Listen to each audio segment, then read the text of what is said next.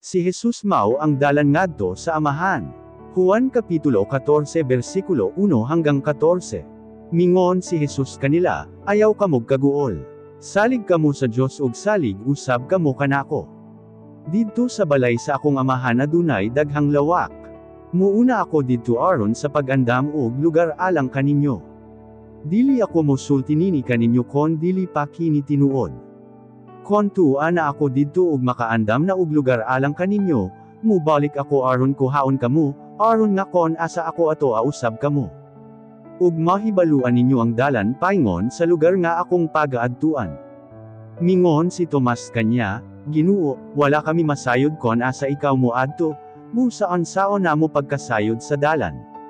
Mitubag si Jesus kanya, ako mao ang dalan, ang kamatuoran, ug ang kinabuhi. Walay makaadto sa Amahan kon dili pinaagi kanako. Kon nakaila kamo kanako, makaila usab kamo sa akong Amahan. Ug gani sukad karon nakaila ug nakakita na kamo kanya. Mingon si Felipe kanya, Ginoo, ipakita kanamo ang Amahan ug igo na kanaalang kanamo. Mitubag si Jesus, dugay na ang atong panag-uban, Felipe, apan wala pagayod di ay ikaw makaila kanako. Ang nakakita kanako nakakita usab sa Amahan. Nganong nagaingon ka pa nga ipakita ko kaninyo ang Amahan. Unsa, wala ba ikaw motuo nga ako anaa sa Amahan ug ang Amahan ani kanako? Ang mga pulong nga akong ginasulti kaninyo dili gikan kanako. Ang Amahan nga ani kanako mao ang nagabuhat sa mga butang nga akong ginabuhat.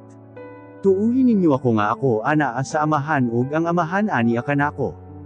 Kon dili ninyo gustong tuuhan ang akong ginasulti, tuuhin na lang ninyo ako tungod sa akong mga binuhatan. Sa pagkatinuod, sultihan ko kamo nga ang nagatuo kanako magbuhat usab sa akong ginabuhat ug mas labaw pagayod ang iyang buhaton, tungod kay mubalik na ako sa Amahan. Buhaton ko ang bisan unsa nga inyong pangayuon kanako, aron mapasidunggan ang Amahan pinaagi kanako nga iyang anak.